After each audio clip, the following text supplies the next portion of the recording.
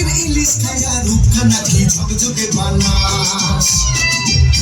একবারে যেই ঘুইরা তাকাস লাগে ঝাকাস